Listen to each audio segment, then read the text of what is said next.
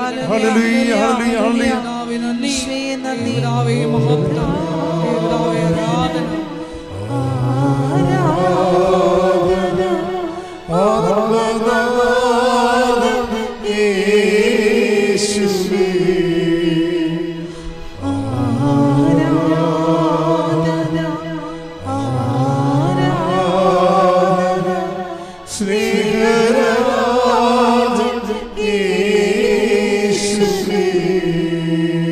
പരിശുദ്ധ പരമ ദിവ്യകാരുണ്യത്തിന് എന്നേരവും ആരാധനയും സ്തുതിയും പുകഴ്ചയും ഉണ്ടായിരിക്കട്ടെ. പരിശുദ്ധ പരമ ദിവ്യകാരുണ്യത്തിന് എന്നേരവും ആരാധനയും സ്തുതിയും പുകഴ്ചയും ഉണ്ടായിരിക്കട്ടെ. അപ്പൊ ഞാൻ ഓർക്കണേ, അതായത് എന്തുമാത്രം ആൾക്കാർ ഉടമ്പെടുക്കുന്നു.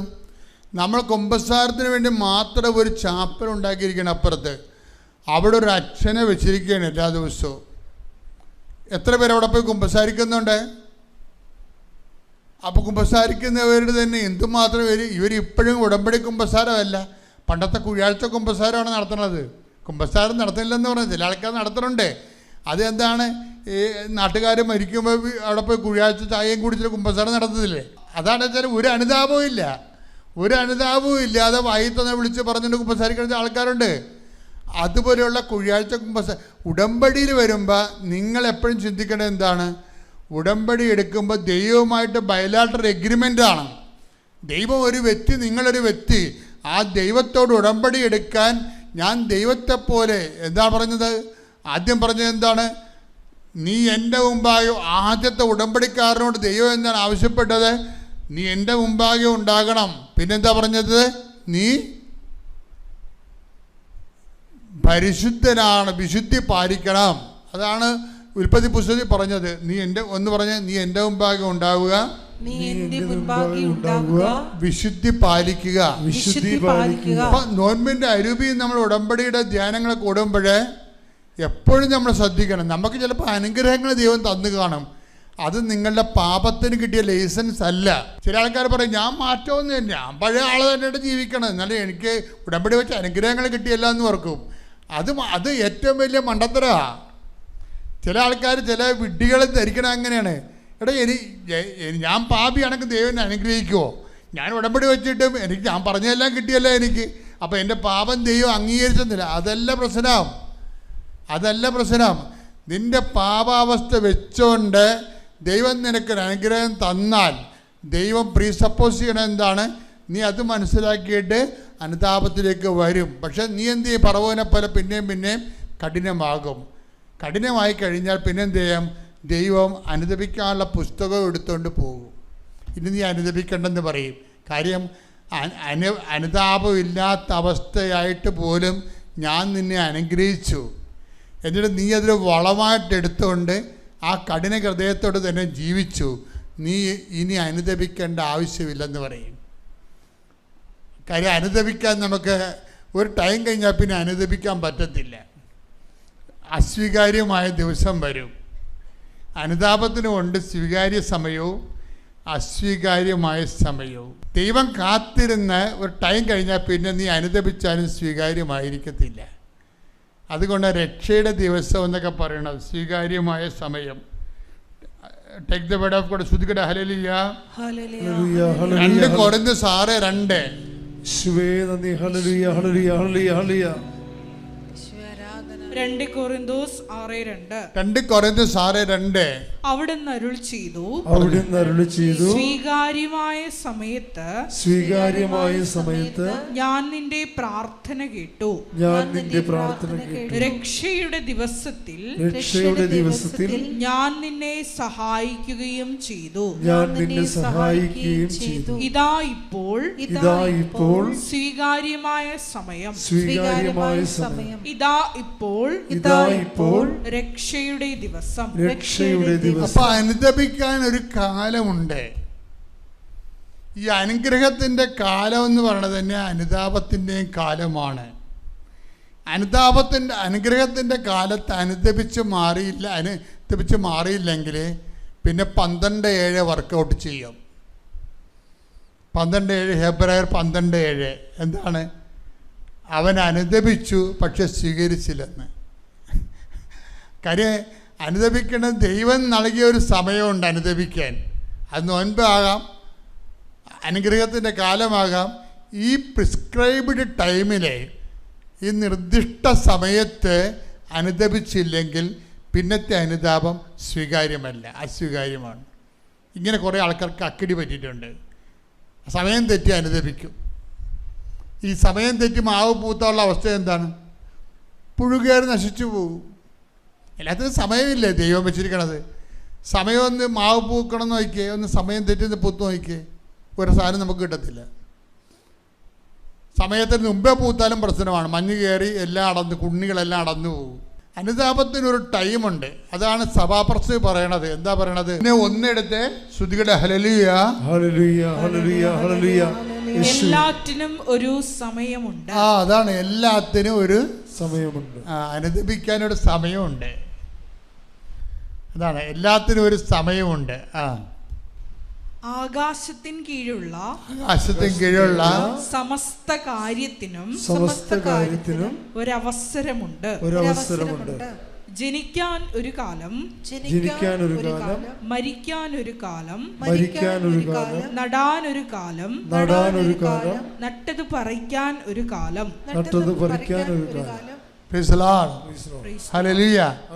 ഈ അനുതാപത്തിൻ്റെ ഒരു കാലമുണ്ട്. അപ്പോൾ എനിക്ക് മനസ്സിലായിരിക്കേണ്ടത്, ഈ എന്തെങ്കിലുമൊക്കെ ഒരു അനുഗ്രഹം കിട്ടുന്ന കാലമില്ലേ? ഇപ്പോൾ കുഞ്ഞുങ്ങൾ പരീക്ഷ ജയിച്ചു, ഓക്കെ, അവിടെ കല്യാണം നടന്നു, നിങ്ങൾ ഉന്തിത്തള്ളി കുഞ്ഞുങ്ങളെ കൊണ്ടുപോയി കുമ്പസാരിപ്പിക്കും. പക്ഷെ ആ മഹനീയ കൃത്യം നടന്ന കുടുംബത്തിൽ അപ്പനും അമ്മയും കുമ്പസാരിക്കത്തില്ല. മനസ്സിലായി? അനുതാപത്തിൻ്റെ കാലമാണ്. ആ കുടുംബത്തിൽ കിട്ടിയ അനുഗ്രഹമാണ്. ഒരു കുഞ്ഞ് ജനിച്ചു, ആ ജനിച്ചപ്പോൾ കുഞ്ഞ് എത്രയോ പേർക്ക് കുഞ്ഞുങ്ങളില്ലാതെ വേദനിച്ച് വിഷമിച്ച് നടക്കണേ. അപ്പോൾ നമ്മുടെ ദൈവം ഒരു കുഞ്ഞിനെ തരുമ്പോൾ അപ്പോഴ് അതിന് ഒരു അനുഗ്രഹത്തിൻ്റെ എല്ലാ കാലവും അനുദപിക്കാനുള്ള കാലമാണ്. അനുഗ്രഹിക്കും. ഇപ്പം കുഞ്ഞ് ജനിക്കുമ്പോൾ സത്യം പറഞ്ഞാൽ ഇടവക വികാരിയാകുന്ന രീതിയിൽ എനിക്ക് പേടിയാണ്. കുഞ്ഞ് ജനിക്കുമ്പോൾ തന്നെ ഈ ആചാരാനുഷ്ഠാനം അടക്കം പോലെ തന്നെ ആൾക്കാരെ വിളിച്ചു കൂട്ടി അപ്പം തന്നെ പിന്നെ നോൻപാളം നോക്കാതെ പോലും മദ്യം വിളമ്പണ കുടുംബങ്ങളുണ്ട്. മദ്യം വിളമ്പണ കുടുംബങ്ങളല്ല പ്രശ്നം. അയാൾ കടമാകുമ്പോൾ അയാൾക്ക് ബുദ്ധി മുതൽ ദൈവം പാഴ് ജന്മം തള്ളിക്കളഞ്ഞ സാധനമായിരിക്കാം. കാര്യം നിൻ്റെ കല്യാണക്കാലം മുതൽ നിൻ്റെ ഭർത്താവ് കുടിക്കണമായിരിക്കും. പക്ഷെ നിങ്ങളത് അംഗീകരിക്കണില്ലേ? അതാണ് പ്രശ്നം. നിങ്ങൾ അംഗീകരിക്കുന്നോ? ചില കുടുംബങ്ങളിൽ പെണ്ണുങ്ങളെ ഞാൻ കല്യാണ തലേന്നൊക്കെ ഞാൻ പോകുന്നില്ല. ഇപ്പം എന്നെ പലരും വിളിക്കും, ഇവിടെക്കാരൊക്കെ വിളിക്കും, അച്ഛാ കല്യാണം ഒന്ന് പ്രാർത്ഥിക്കാൻ വരികയില്ല. കാര്യം പെണ്ണുങ്ങളൊക്കെ പൂസായിരിക്കും. അറിയത്തില്ല, കുറേ പുതിയ ജന്മങ്ങൾ ഇറങ്ങിയിട്ടുണ്ട്. അതായത് പണ്ട് ഒരു കല്യാണ വീട്ടിൽ രാത്രി നമ്മൾ പ്രാർത്ഥിക്കാൻ വേണ്ടി ചെല്ലുമ്പോൾ എന്തൊരു അരൂപിയായിരിക്കും അവർക്ക്. ഇന്ന് ആ അരൂപിയെല്ലാം തച്ചുടച്ചത് ആരാണ്? ഈ വീട്ടിൽ എന്ത് നടക്കുമെന്ന് ഇവരുടെ അമ്മ അവിടെയുള്ള ആൾക്കാരെല്ലാവരെയും തിന്മയുടെ ശക്തികൾ കയ്യിലെടുത്ത് അപ്പം അതുകൊണ്ട് ആഭാസതരങ്ങളെല്ലാം നടക്കും. ചില ആൾക്കാർ വീടിൻ്റെ 2 നില, ഒരു കാശും ഇല്ലെങ്കിൽ ലോണെടുത്ത് 2 നില എടുത്തിരിക്കണേ. എന്തിനാണെന്നറിയാം? അവിടെ ഇരുന്ന് കപ്പലണ്ടിയും അണ്ടിപ്പരിപ്പും ബിയറും കഴിക്കാൻ വേണ്ടി മാത്രം 2 നില ഉണ്ടാക്കിയിരിക്കുന്ന ആൾക്കാരുണ്ട്. അവിടുന്ന് അറ്റാക്ക് വന്നിട്ട് പിടിച്ചോണ്ട് വന്നിട്ട് താഴെ വരുമ്പോൾ തന്നെ ആളിൻ്റെ ക്ലോസാകുക കുറയുമ്പോൾ. ഇതൊക്കെ എല്ലാത്തിനും ടൈമില്ലേ? ചകാനും ഒരു ടൈമുണ്ടാവും. നിങ്ങൾ ദൈവത്തെ മറന്നൊരു സംഭവം ചെയ്യരുത്. ആദ്യം തന്നെ അമ്മയ്ക്കും തിരുക്കുമാരനും 1000 നന്ദി പറയുന്നു. ഞാൻ ഈ സാക്ഷ്യം പറയാൻ താമസിച്ചിനെ ഓർത്ത് ക്ഷമായാചന നടത്തുന്നു. എൻ്റെ പേര് മോളി. ഞാൻ കാസർഗോഡ് ജില്ലയിലെ പാണത്തൂരിലെ സെൻറ്റ് മേരീസ് ചർച്ച് ഇടവാങ്ങുവാണ്. എൻ്റെ കൂടെ വന്നിരിക്കുന്നത് എൻ്റെ ജീവിത പങ്കാളി സൈമൺ, മകൾ ഏഞ്ചൽ, മകൻ ഗോഡ്സനും ആണ്. ഞാൻ 2019 ഒക്ടോബറിലാണ് ഉടമ്പടി എടുത്തത്. ഞങ്ങൾ ഉടമ്പടി എടുക്കുമ്പോൾ ഞങ്ങൾക്ക് നല്ലൊരു ഭവനമില്ലായിരുന്നു. ഒരു ചാണകം മെഴുകി ഷീറ്റിട്ട ഒരു ഭവനമായിരുന്നു. ഞങ്ങളങ്ങനെ ഭവനത്തിന് വേണ്ടി ആഗ്രഹിച്ചിരുന്നു. പക്ഷേ ഞങ്ങൾ സാമ്പത്തികമായി വളരെ പിന്നോക്കമായിരുന്നു. അത് കാരണം നല്ലൊരു ഭവനം പണിയുക എന്നത് ഒരു സ്വപ്നം മാത്രമായിരുന്നു. അങ്ങനെ ഇരിക്കെ ഞങ്ങൾ ഈ തറ ഉള്ള ഭവനത്തിൻ്റെ തറയൊന്ന് പൊക്കി ആ സിമൻറ്റ് കട്ടയായിരുന്നു വീടിൻ്റെ. ആ സിമൻറ്റ് കട്ട പൊളിച്ച് നന്നായിട്ടൊന്ന് പണിയണം എന്നോർത്ത് ഞങ്ങൾ ആ ഭവനമൊന്ന് പൊളിച്ചു. പക്ഷേ അന്നേരം അറിയുന്ന ആ സിമൻറ്റ് കട്ട മുഴുവൻ പൊടിഞ്ഞു പോയി. അപ്പോൾ ഉള്ള വീട് ഞങ്ങൾ പൊളിക്കുകയും ചെയ്തു. പുതിയതായിട്ടൊന്ന് പണിയാൻ ഉള്ള സാമ്പത്തിക ശേഷിയില്ല. ഒരു 13,000 രൂപ മാത്രമാണ് കയ്യിലുണ്ടായിരുന്നത്. ആ സമയത്ത് ലൈഫിൻ്റെ വീടിന് വേണ്ടി ഞങ്ങൾ അപേക്ഷിച്ചിട്ടുണ്ടായിരുന്നു മുന്നേ.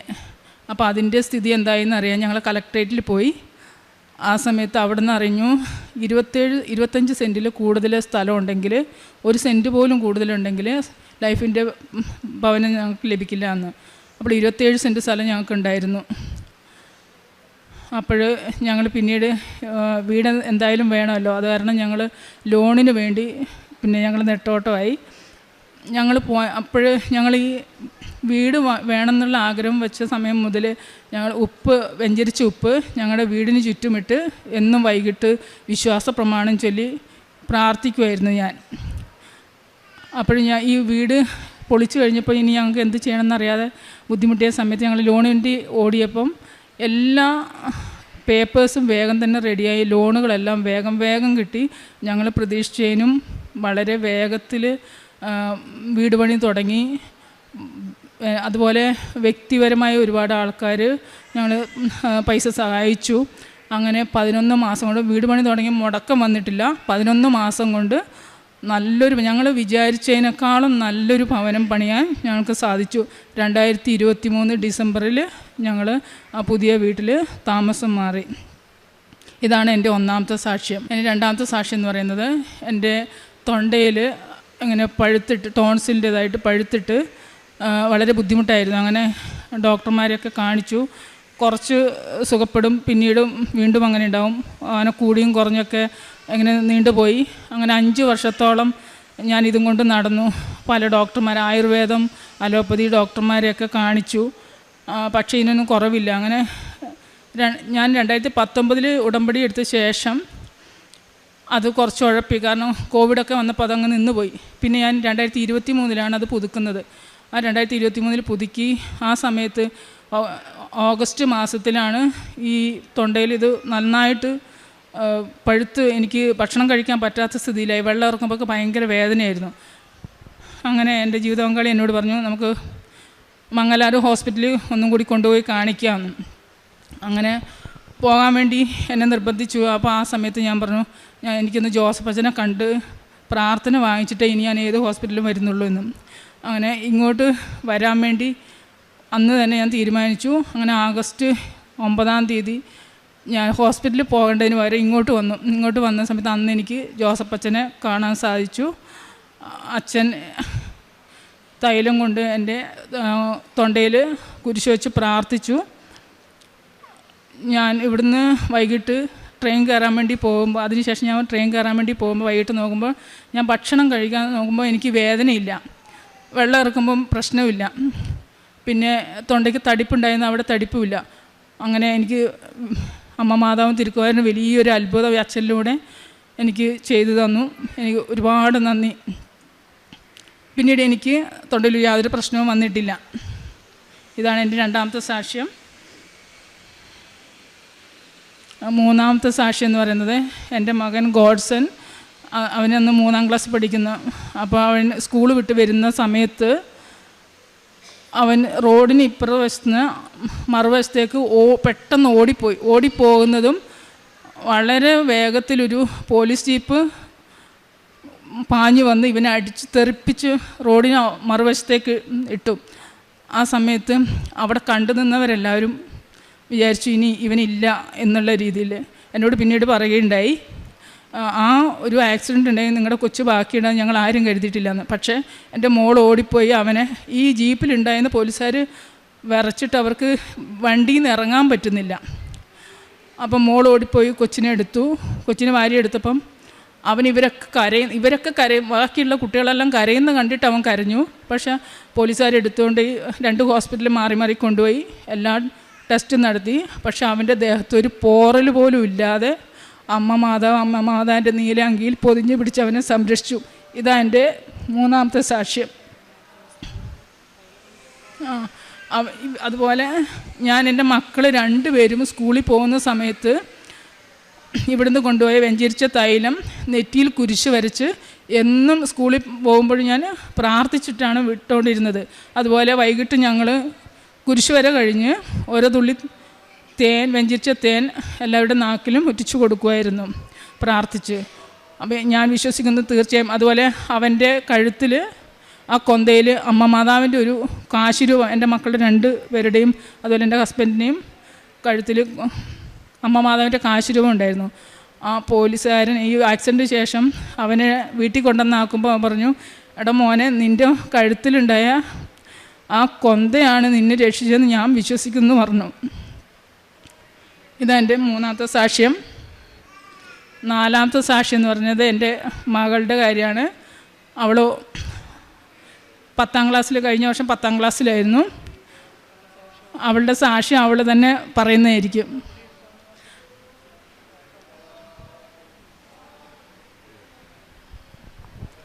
എൻ്റെ പേര് ഏഞ്ചൽ മേരി സൈമൺ.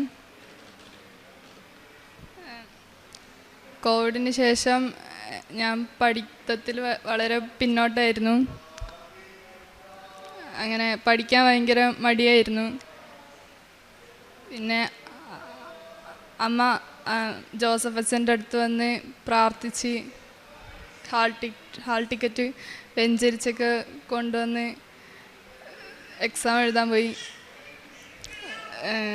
ടീച്ചേഴ്സൊക്കെ പറഞ്ഞു C+ കിട്ടും എന്നാണ്. അപ്പം 85% മാർക്ക് എന്ന് അമ്മ മാതാവ് അനുഗ്രഹിച്ചു.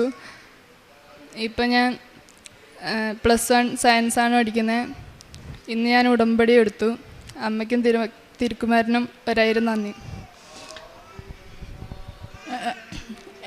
എൻ്റെ മോള് കോവിഡിന് ശേഷം പഠിത്തത്തിൽ വളരെ പുറകിൽ തന്നെ പുസ്തകം തുറക്കൂല. പുതിയ പുസ്തകം 10ാം ക്ലാസ്സിലെ പുസ്തകം ഇപ്പോഴും അതുപോലെ ഇരിക്കുന്നത്, പുതിയ പുസ്തകം അതുപോലെ ഇരിക്കുന്ന. ക്ലാസ്സിൽ പഠിപ്പിക്കുമ്പം എങ്ങോട്ടോ നോക്കിയിരിക്കും, അതിനോടൊന്നും താല്പര്യമില്ല. നോട്ട് എഴുതാൻ പറഞ്ഞാൽ പിന്നെ തല്ലാൻ പാടില്ലാത്തതുകൊണ്ട് ടീച്ചേഴ്സ് തല്ലൂല. അപ്പം നോട്ടൊന്നും എഴുതൂല. വീട്ടിൽ വന്ന് നമ്മൾ എത്ര വഴക്ക് പറഞ്ഞാലും ഒന്നും ചെയ്യൂല. അങ്ങനെ ആ സ്കൂളിലെ തന്നെ എനിക്ക് തോന്നുന്നു ഏറ്റവും പിറകിലായിരുന്നു. അങ്ങനെ ടീച്ചേഴ്സൊക്കെ വീട്ടിൽ വരുമായിരുന്നു.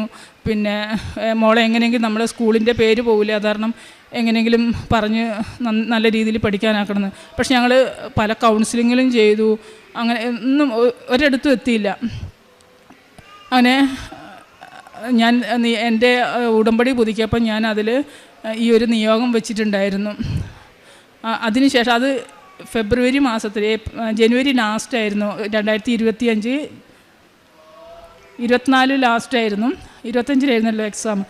അപ്പോൾ ആ ഉടമ്പടി പുതുക്കി കഴിഞ്ഞ് ഫെബ്രുവരി മാസം, ഒറ്റ മാസം, ഇവിടെ ഇംഗ്ലീഷ് മീഡിയം ആയിരുന്നു സർക്കാർ സ്കൂളിൽ. അപ്പം ആ 1 മാസം കൊണ്ട് അവൾ അതുവരെ പുസ്തകം തുറക്കാൻ നോട്ട് എഴുതാത്ത ആൾ 1 മാസം കൊണ്ട് പഠിച്ച്, സ്വന്തം തന്നെ ഇരുന്ന് പഠിച്ചു. വേറെ ആ 1 മാസം വേറെ ഒരു കാര്യത്തിലും അവൾ ശ്രദ്ധ കൊടുത്തില്ല. ഒരു ഏകാഗ്രത തന്നെയായിരുന്നു പഠനത്തിൽ. ആ 1 മാസം കൊണ്ട് മാത്രമാണ് അവൾ പഠിച്ച്. പിന്നെ പ്രാർത്ഥിക്കാൻ, അതുപോലെ ഞങ്ങൾ എല്ലാവരും നന്നായിട്ട് പ്രാർത്ഥിക്കുമായിരുന്നു. അങ്ങനെ C+ മാത്രം, C+ ഞാൻ പറഞ്ഞു മോള് തോറ്റുപോകും, അല്ലെങ്കിൽ തീരെ മാർക്ക് കുറവ്. അപ്പോൾ ടീച്ചേഴ്സ് പറഞ്ഞു ഒരു C+ ഒക്കെ കിട്ടുമായിരിക്കും, കുഴപ്പമില്ല എന്ന് പറഞ്ഞു. പക്ഷെ അങ്ങനെ ടീച്ചേഴ്സെല്ലാം പറഞ്ഞ് ആ കൊച്ച് 85% മാർക്കോടെയാണ് പാസ്സായത്. അമ്മ മാതാവിന് തിരുക്കുവാനും ചെയ്ത ഈ വലിയ അത്ഭുതം, ഞാനത് വലിയ അത്ഭുതം എന്ന് പറയും. ഒരുപക്ഷെ ഫുൾ A+ കിട്ടുന്നതിനേക്കാളും കൂടുതൽ ഞാൻ അതിന് വിലമതിക്കുന്നുണ്ട്. കാരണം ഈ ക്രിസ്മസ് പരീക്ഷയ്ക്ക്, ഓണപ്പരീക്ഷയ്ക്കൊക്കെ 2, 3, 8 മാർക്കൊക്കെ ആയിരുന്നു വാങ്ങിച്ചുകൊണ്ടിരുന്നത്. പുസ്തകം തുറക്കൂലായിരുന്നു. ഇന്നും ആ പുസ്തകം അതുപോലെ ഇരിക്കുന്നുണ്ട്. പിന്നെ ഞങ്ങൾ പ്രേക്ഷിത പ്രവർത്തനം എന്ന് പറയുന്നത്, ഞാൻ പത്രം കൊണ്ടുപോയി കഴിഞ്ഞാൽ ഞങ്ങളുടെ ഇടവകപ്പള്ളിയിലും ടൗണിലും ഞങ്ങളുടെ ആ പ്രദേശത്ത് എല്ലാവർക്കും തന്നെ ജാതിപതഭേദമന്യേ എല്ലാവർക്കും തന്നെ കൊടുക്കുമായിരുന്നു. പിന്നെ ഞാൻ യാത്ര ചെയ്യുന്ന വേളയിൽ എൻ്റെ കയ്യിൽ പത്രം ഉണ്ടാവും. എൻ്റെ കൂടെ സീറ്റിലിരിക്കുന്നവരോ അല്ലെങ്കിൽ ഞാൻ കണ്ടുമുട്ടുന്ന എല്ലാവർക്കും തന്നെ കൃപാസന പത്രം കൊടുക്കുമായിരുന്നു. പിന്നെ അച്ഛൻ്റെ ടോക്ക് ഞാനിന്നും എല്ലാ ചൊവ്വാഴ്ചയുള്ള ടോക്ക് കേൾക്കും. അതുപോലെ അത് സ്റ്റാറ്റസ് ഇടും. അച്ഛൻ്റെ പിന്നെ ഇവിടെ പറയുന്ന സാക്ഷ്യങ്ങൾ ഞാൻ സ്റ്റാറ്റസ് ഇടുമായിരുന്നു. പിന്നെ ഞങ്ങൾ ഈ പത്രം കൊടുത്തിട്ട് തന്നെ പത്രം കൊടുത്ത് ഞങ്ങളുടെ നാട്ടിൽ നിന്ന് ഒരുപാട് ആൾക്കാർ ഇവിടെ വന്നിട്ടുണ്ട്, ഉടമ്പടി എടുത്തിട്ടുണ്ട്, അനുഗ്രഹം നേടിയിട്ടുണ്ട്. കാരുണ്യ പ്രവർത്തികൾ എന്ന് പറയുന്നത് ഞാനും ഹസ്ബൻഡും കൂടി പ്രായമായ അല്ലെങ്കിൽ രോഗമായിട്ട് കിടക്കുന്ന ഞങ്ങളുടെ നാട്ടിലുള്ള ആൾക്കാരുടെ വീടുകളിൽ പോയി അവരെ സന്ദർശിക്കും, അവർക്ക് വേണ്ടി ചെയ്തു കൊടുക്കും. അതുപോലെ ഞങ്ങളുടെ അയൽവക്കത്ത് ഒരമ്മച്ചി ഭക്ഷണമൊന്നും ആരുമില്ലാതെ ഒറ്റപ്പെട്ട് ജീവിക്കുന്ന ഒരാളുണ്ടായിരുന്നു. അപ്പോൾ അവർക്ക് എല്ലാ ദിവസവും ഫുഡ് ഉണ്ടാക്കി കൊടുക്കുമായിരുന്നു. അതെൻ്റെ മക്കളാണ് കൊടുക്കുക, ഞാൻ ഉണ്ടാക്കിയാലും ഈ 2 മക്കളാണ് മിക്ക സമയം കൊടുക്കുക. പിന്നെ ഉടമ്പടി എടുത്തതിന് ശേഷം ആത്മീയമായിട്ടെന്ന് ഞങ്ങൾ പ്രാർത്ഥനയിൽ കുറച്ചും കൂടി ആഴപ്പെട്ടു. ഞങ്ങൾ 3 പേരും ഉടമ്പടിയിലാണ്. അങ്ങനെ ഈശോയും അമ്മ മാതാവും ചെയ്തു തന്ന ഈ അനുഗ്രഹങ്ങൾക്ക് ഞങ്ങൾ ഒരുപാട് നന്ദി പറയുന്നു. ഞങ്ങൾ പിറവത്ത് നിന്നാണ് വരുന്നത്. അമ്മയ്ക്കും ഈശോയ്ക്കും കോടാനുകോടി നന്ദി പറയുന്നു. ഞങ്ങളുടെ ഇടവക സെൻറ്റ് ജോൺ ദി ബാപ്റ്റിസ്റ്റ് ചർച്ചാണ്. ഞാൻ 15 തവണ ഇപ്പോൾ ഉടമ്പടി പുതുക്കിയിട്ടുണ്ട്. ഞാൻ ഒരുപാട് സാക്ഷ്യങ്ങൾ എഴുതി കൊടുത്തിട്ടുണ്ട്. ഈ അൾത്താരയിൽ ഞാൻ പറയുന്ന 5ാമത്തെ സാക്ഷിയാണിത്. ഉടമ്പടിയിലായിരിക്കുന്ന സമയത്ത് എൻ്റെ മോന് കിട്ടിയ ഒരു സംരക്ഷണത്തിൻ്റെ സാക്ഷിയാണ് എനിക്ക് ആദ്യം പറയാനുള്ളത്. ഒരു 2 മാസം മുമ്പ് ക്ലാസ്സിൽ IT ലാബിൽ ടീച്ചേഴ്സ് കൊണ്ടുചെന്ന് കഴിഞ്ഞപ്പോഴത്തേക്കും ഇൻസ്ട്രുമെൻ്റ് ബോക്സിലെ ഡിവൈഡർ എടുത്തിട്ട്, ഇരുമ്പിൻ്റെ സാധനമാണല്ലോ എല്ലാവർക്കും മനസ്സിലാകും, അത് എടുത്ത് സ്വിച്ച് ബോർഡിൽ കുത്തി സ്വിച്ച് ഓണാക്കി. പക്ഷേ പെട്ടെന്ന് ആൾ കൈയെടുത്തു, മൊത്തം കമ്പ്യൂട്ടറെല്ലാം ഷട്ട് ഡൗണായി, കുറച്ച് തീയൊക്കെ വന്നു, സ്പാർക്കായി. ക്ലാസ് ടീച്ചറും കുട്ടികളും അടക്കം എല്ലാവരും ഭയന്നു. എന്നെ പെട്ടെന്ന് എൻ്റെ ഓഫീസിലേക്ക് വിളിച്ച് പറയുകയാണ്, പെട്ടെന്ന് തന്നെ ഇവിടെ വരണമെന്ന് പറഞ്ഞു. അവർ കുറേ എക്സ്റ്റൻഷനിൽ വിളിച്ചിട്ട് എന്നെ കിട്ടാതെ ലാസ്റ്റ് എൻ്റെ ഓഫീസിൽ എൻ്റെ ഒരു കൂട്ടുകാരിയുടെ നമ്പർ എവിടെ നിന്ന് കിട്ടിയെന്ന് പോലും അറിയില്ല, അവർ വിളിച്ച് പറയണതാണ് പെട്ടെന്ന് വരണം. അപ്പം ഞാൻ ചോദിച്ചു എൻ്റെ മോനും എല്ലാം പറ്റുമോ എന്ന് ചോദിച്ചു കഴിഞ്ഞപ്പോൾ അവർ പറഞ്ഞു കൊച്ചിനൊന്നും പറ്റിയിട്ടില്ല, പക്ഷേ എന്തായാലും നിങ്ങൾ വന്നോന്ന് പറഞ്ഞു. അപ്പോൾ എൻ്റെ കൈയും കാലൊക്കെ ആകെ തളർന്ന് ഞാനാണ് കരയാൻ തുടങ്ങി. അപ്പോൾ എൻ്റെ ഒരു കൂട്ടുകാരി വിളിച്ച് ചോദിച്ചു നിങ്ങളെന്താ സത്യം പറയാം, എന്തെങ്കിലും കൊച്ചിന് പറ്റിയോ എന്ന് ചോദിച്ചു കഴിഞ്ഞപ്പോൾ ഇല്ലയെന്ന് പറഞ്ഞു. ഞാൻ പെട്ടെന്ന് തന്നെ ഓഫീസിൽ നിന്ന് ഇറങ്ങി. ഞാൻ ഉച്ചയ്ക്ക് ശേഷം വരാമെന്ന് പറഞ്ഞപ്പോൾ ഇവർ സമ്മതിക്കണില്ല, അവർ പെട്ടെന്ന് വരണമെന്ന് പറഞ്ഞു. ഞാൻ പെട്ടെന്ന് ഒരു 10:45 11 മണി അത്തായപ്പോഴത്തേക്ക് ഞാൻ വേഗം ഇറങ്ങി. അപ്പോൾ പോരുന്ന വഴിയെല്ലാം ഞാൻ ഉടമ്പടിയിലാണെങ്കിലും എനിക്ക് പെട്ടെന്ന് മോൻ്റെ കാര്യം കേട്ടപ്പോൾ വേറെ എന്തൊക്കെയോ സംഭവിച്ചു എന്നൊരു ടെൻഷൻ എനിക്ക് കയറിയിട്ട് ഞാൻ എൻ്റെ ഫോണൊക്കെ സൈലൻറ്റിലല്ല, എയർപ്ലെയിൻ മോഡിലിട്ടു. ആരും എന്നെ വിളിക്കണ്ട, എൻ്റെ കൊച്ചിന് എന്തെങ്കിലും പറ്റിയിട്ടുണ്ടാവും, അപ്പോൾ ഇനിയിപ്പോൾ എന്നെ ആരും വിളിക്കണ്ട, ഞാനും ഉണ്ടാവണ്ട എന്നുള്ളൊരു ചിന്തയൊക്കെയാണ് എൻ്റെ മനസ്സിട്ട് വരുന്നത്. അന്ന് രാവിലെ ഞാൻ ഓഫീസിൽ പോകാൻ ഇറങ്ങുമ്പോൾ ഞങ്ങൾ ഒന്നിച്ചാണ് ഇറങ്ങണത്. കൊച്ചിന് 7:45 ക്ലാസ് ഉണ്ട്, 10ലാണ്.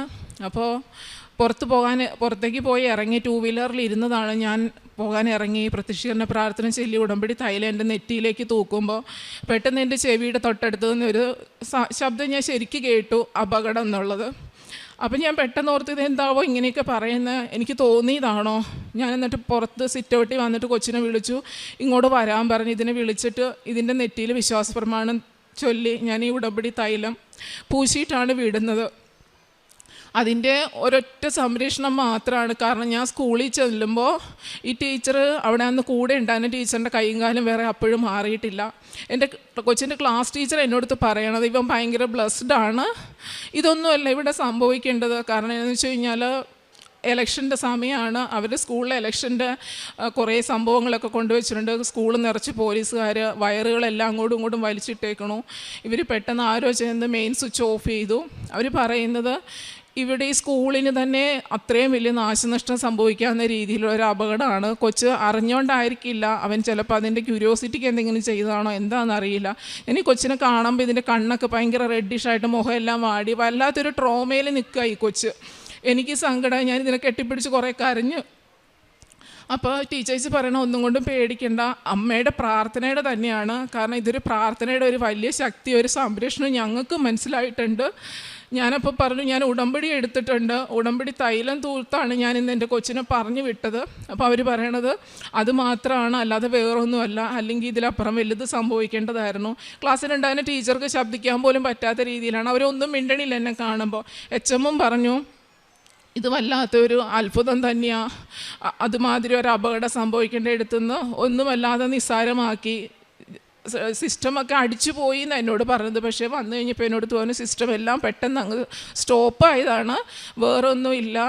അപ്പം ഞങ്ങളിങ്ങനെ പേടിച്ചു, ദൈവമേ ഇനി കൊച്ചിനും എന്തെങ്കിലും പറ്റി സ്കൂളിനും നമ്മൾ നാശനഷ്ടത്തിന് എന്തെങ്കിലും കൊടുക്കേണ്ടി വരിക, ഒന്നുമില്ലാതെ അമ്മ ഒരു കുഴപ്പവും ഇല്ലാതെ ഞങ്ങളോട് പറഞ്ഞു, നിങ്ങൾ സമാധാനമായിട്ട് പോക്കോ, കൊച്ചു ടെൻഷനായിട്ടിരിക്കുകയാണ്, അവനോടൊന്നും ഇനി പറയണ്ട, സമാധാനമായിട്ട് പോകും, അവനെന്തെങ്കിലും വെള്ളമൊക്കെ മേടിച്ചു കൊടുത്തിട്ട് നിങ്ങൾ സമാധാനമായിട്ട് പൊക്കോ, ഒന്നും പേടിക്കാനില്ല, ഒന്നും സംഭവിച്ചിട്ടില്ല എന്ന് പറഞ്ഞു.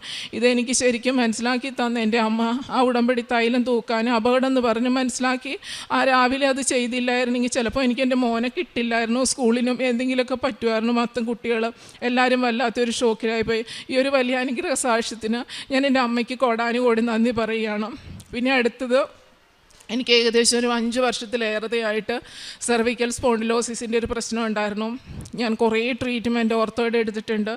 പലപ്പോഴും എനിക്ക് ഒന്നും ജോലി പോലും ചെയ്യാൻ പറ്റില്ല, പെയിന്, എനിക്ക് കിടക്കാൻ പറ്റില്ല. എണീറ്റ് നടന്ന് എന്തെങ്കിലുമൊക്കെ ചെയ്തു പോയി കഴിഞ്ഞാൽ ബെഡിലേക്ക് കിടക്കാൻ പറ്റില്ല. കിടക്കാൻ ചെല്ലുമ്പോൾ നമ്മൾ കണ്ണ് നിറഞ്ഞൊഴുകുക, അതുമാതിരി പെയിനാണ്. ഒരു 2-3 വർഷം മുമ്പ് ഞാൻ കളരി വൈദ്യൻ്റെ അടുക്കൽ പോയി 14 ദിവസത്തെ ട്രീറ്റ്മെൻറ്റ് എടുത്തു. അത് കഴിഞ്ഞ് പിറ്റേ വർഷം ആയുർവേദ ഡോക്ടറെ അടുക്കൽ പോയി തിരുമിച്ചു. എനിക്കൊരു കുറവുമില്ല, ചിലപ്പോൾ ഈ വേദന അങ്ങ് കൂടും. ഒരു 6 മാസം മുമ്പ് ഇതുപോലെ ശക്തമായിട്ട് പെയിൻ വന്ന് എൻ്റെ കഴുത്തൊക്കെ ഒരു വശത്തേക്കായി, കൈ പൊക്കാൻ പറ്റുന്നില്ല, അതുപോലെ പെയിൻ. ഞങ്ങൾ ഡോക്ടറെ അടുക്കൽ പോയി, അവർ എക്സ്റേ എടുത്തപ്പോൾ പറഞ്ഞു നീർക്കെട്ട് ഇറങ്ങിയേക്കുന്നതാണ്.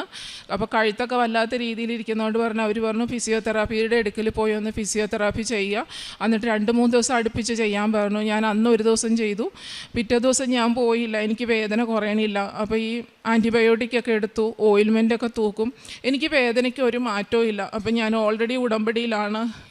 പല പ്രാവശ്യം ഉടമ്പടി പുതുക്കിയപ്പോഴൊക്കെ ഞാൻ ഈ ഒരു സെയിം നിയോഗം എഴുതാറുണ്ട്. അപ്പോൾ അച്ഛൻ ഇവിടെ പറഞ്ഞു കേട്ടിട്ടുണ്ട്, നിങ്ങൾ ഈ സെയിം നിയോഗം ഒരു പ്രാവശ്യം അമ്മയ്ക്ക് കൊടുത്താൽ പിന്നെ വീണ്ടും വീണ്ടും എഴുതണ്ട. അപ്പം ഞാൻ പിന്നെ അത് എഴുതാതെയായി. ഞാനിങ്ങനെ പക്ഷേ ഇങ്ങനെ പ്രാർത്ഥിക്കുക, എനിക്ക് ഈ വേദന, എനിക്ക് ജോലി ചെയ്യണമല്ലോ, എൻ്റെ കുടുംബം നോക്കാൻ ഞാൻ മാത്രമേ ഉള്ളൂ, എനിക്ക് ഈ വേദനയൊന്ന് മാറ്റി തരണേ അമ്മയെന്ന് എപ്പോഴും പ്രാർത്ഥിക്കാറുണ്ട്. സന്ധ്യയ്ക്ക് പ്രാർത്ഥന ചെല്ലാനിരുന്നിട്ട് എനിക്ക് മിണ്ടാൻ പറ്റുന്നില്ല, അതുപോലെ എനിക്ക് ശ്വാസം പോലും എടുക്കാൻ പറ്റില്ലാത്ത രീതിയിലുള്ള പെയിൻ. ഞാനിപ്പോൾ പെട്ടെന്ന് ചെന്ന് ഈ സ്റ്റെപ്പയിൽ ഓയിൽമെൻറ്റ് ഇരിക്കുകയാണ്, അതെടുത്ത് പെരട്ടി, അത് പെരട്ടുമ്പോൾ കുറച്ച് ഒരു പുകച്ചിൽ കിട്ടിയ ഒരു ആശ്വാസമാണ്. പക്ഷേ ഇത് പെരട്ടിയപ്പോൾ എനിക്ക് വേദന കൂടുക, എനിക്ക് ചങ്ക് പൊട്ടി ഞാൻ കരയുക. ഞാൻ അമ്മയുടെ നേരെ നോക്കിയിട്ട് ഞാൻ ചോദിച്ചു, എത്ര വർഷമായിട്ട് നിന്നോട് പറയണേ ഈ വേദനയൊന്നും മാറ്റിത്തരാൻ പറ്റണില്ലേ, ഞാൻ നിൻ്റെ മോളല്ലേ എന്നൊക്കെ ചോദിച്ച് ഞാൻ കരയുക. ഞാൻ പെട്ടെന്ന് എൻ്റെ ഡ്രസ്സ് കൊണ്ട് തന്നെ ഈ ഓയിൽമെൻറ്റ് തുടച്ച് മാറ്റിയിട്ട് കൃപാസനത്തിൽ തൈലം കയ്യിലിട്ട് കുടഞ്ഞിട്ടു, കുറച്ചധികം എടുത്ത് വെച്ച് ഞാൻ എൻ്റെ ഇവിടെ കഴുത്തിൻ്റെ ഇവിടെ അങ്ങ് തൂക്കുമ്പോൾ പെട്ടെന്ന് എനിക്കൊരു പൊള്ളൽ പോലെ എനിക്ക് തോന്നി. അപ്പം ഞാൻ ഓർത്ത് ഈ ഓയിൽമെൻറ്റ് പുരട്ടേണ്ടി ആയിരിക്കും എന്ന് കരുതി ഞാൻ എന്നിട്ട് ഇങ്ങനെ കരഞ്ഞ് പ്രാർത്ഥിക്കാം. നല്ല പൊള്ളലെന്ന് പറഞ്ഞാൽ അതുമാതിരി ഒരു ശക്തമായിട്ടൊരു പൊള്ളലാണ്. ഞാൻ എന്നിട്ട് രാത്രി പോയി കിടന്നു. നേരം വെളുത്തപ്പോഴത്തേക്ക് എനിക്ക് ആ വേദന അങ്ങോട്ട് മാറി, ഒരു ചെറിയൊരു നീറ്റൽ പോലെയുള്ളൂ. ആ നീറ്റിൽ പോലെ തോന്നി. അപ്പം ഞാനിങ്ങനെ പറഞ്ഞു, ഇനി ഞാൻ എന്ത് വേദന വന്നാലും ഞാൻ ഡോക്ടറെ കാണില്ല, ഇതിൻ്റെ പേരിൽ ഞാൻ ഡോക്ടറെ കാണില്ല, ഓയിൽമെൻറ്റ് പറ്റില്ല, ഒരു പെയിൻ കില്ലർ ഞാൻ കഴിക്കില്ല, ഇതോടുകൂടി നീ എനിക്ക് വേദന മാറ്റി തരണമെന്നായിരുന്നു ഞാൻ പറഞ്ഞിരുന്നു. അതിനുശേഷം പിറ്റേ ദിവസം നേരം വെളുത്തപ്പോഴത്തേക്ക് എനിക്കൊരു ചെറിയൊരു വേദന, പൊടിക്കൊരു വേദനയുള്ളൂ. അതിനുശേഷം ഇപ്പോൾ 6 മാസത്തിലേറെയായി ഞാൻ ഈ ഒരു കാര്യത്തിന് ഒരു മരുന്നെടുക്കുകയോ ഓയിൽമെൻറ്റ് പേരിട്ടോ ഒന്നും ചെയ്തിട്ടില്ല. ഒരു വേദന അതിനുശേഷം എനിക്കുണ്ടായുള്ള ചെറിയ എന്തെങ്കിലുമൊക്കെ ജോലികൾ ചെയ്യുമ്പോൾ ചെറിയൊരു നീരിൻ്റെ ഇറക്കത്തിൻ്റെ ഒരു പൊടി വേദന, അതൊന്നും ഞാൻ മൈൻഡ് ചെയ്യാറേ ഇല്ല. അത് ഏകദേശം 5-6 വർഷം അത്രത്തോളം മരുന്നുകളും ട്രീറ്റ്മെൻറ്റും പൈസയും ഞാൻ മടക്കിയിട്ടുള്ളതാണ്. എനിക്ക് ജോലി പോലും, കമ്പ്യൂട്ടർ വർക്ക് ചെയ്യുന്നതുകൊണ്ട് ജോലി പോലും ചെയ്യാൻ പറ്റാത്ത ഒരവസ്ഥയിലേക്കാണ് പലപ്പോഴും ജോലിക്ക് പോകാതെ ഇങ്ങനെ അവശതയിൽ കിടക്കുന്നിട്ടുണ്ട് ഞാൻ. ഈ ഒരു വലിയ അനുഗ്രഹവും അമ്മ എനിക്ക് തന്ന ഈശോ തിരുകുമാരനിൽ നിന്ന് വാങ്ങിത്തന്നാണ്. ഇതിന് ഞാൻ അമ്മയ്ക്ക് കോടാനുകോടി നന്ദി പറയുന്നു. പിന്നെ ഞാൻ മറ്റുള്ളവർക്ക് വേണ്ടിയിട്ട്, എനിക്ക് വേണ്ടിയിട്ട് പ്രാർത്ഥിക്കുന്നതിനേക്കാൾ കൂടുതൽ ഞാൻ മറ്റുള്ളവർക്ക് വേണ്ടി, മറ്റുള്ളവരിപ്പോൾ എൻ്റെ ഓഫീസിലാണെങ്കിലും 1-2 ക്യാൻസർ പേഷ്യൻസ് ഉണ്ട്, കൂട്ടുകാരികൾ, അവർക്ക് വേണ്ടി പ്രാർത്ഥിക്കാറുണ്ട്. പിന്നെ കാരുണ്യ പ്രവർത്തികൾ, ഞാൻ ഓഫീസിൽ പോകുമ്പോൾ എനിക്ക് ചെറിയ നിസ്സാര ശമ്പളത്തിലൊക്കെയാണ് ഞാൻ ജോലി ചെയ്യണം. പക്ഷേ എനിക്ക് പറ്റുന്ന രീതിയിൽ ഇപ്പോൾ റെയിൽവേ സ്റ്റേഷനിലൊക്കെ ഇരിക്കുന്നവർക്ക് 1-2 പൊതി ഫുഡൊക്കെ ഞാൻ രാവിലെ നേരം കാപ്പിയുടെയൊക്കെ ഞാൻ കൊണ്ട് കൊടുക്കാറുണ്ട്.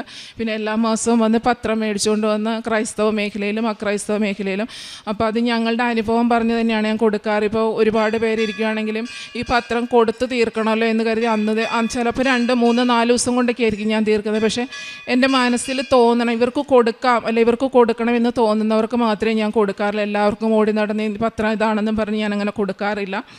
പിന്നെ 2 ആഴ്ച കൂടുമ്പോൾ മാക്സിമം കുമ്പസാരിക്കാറുണ്ട്. മാക്സിമം കാര്യങ്ങളെല്ലാം ഉടമ്പടി പ്രകാരമുള്ള എല്ലാ കാര്യങ്ങളും തന്നെ മാക്സിമം ഞാൻ ചെയ്തു പോകാറുണ്ട്. ഇത്രത്തോളം ഞങ്ങളെ അനുഗ്രഹിച്ച പരിശുദ്ധ അമ്മയ്ക്കും തിരുക്കുമാരനും കോടാനുകോടി കൂടി നന്ദി പറയുന്നു.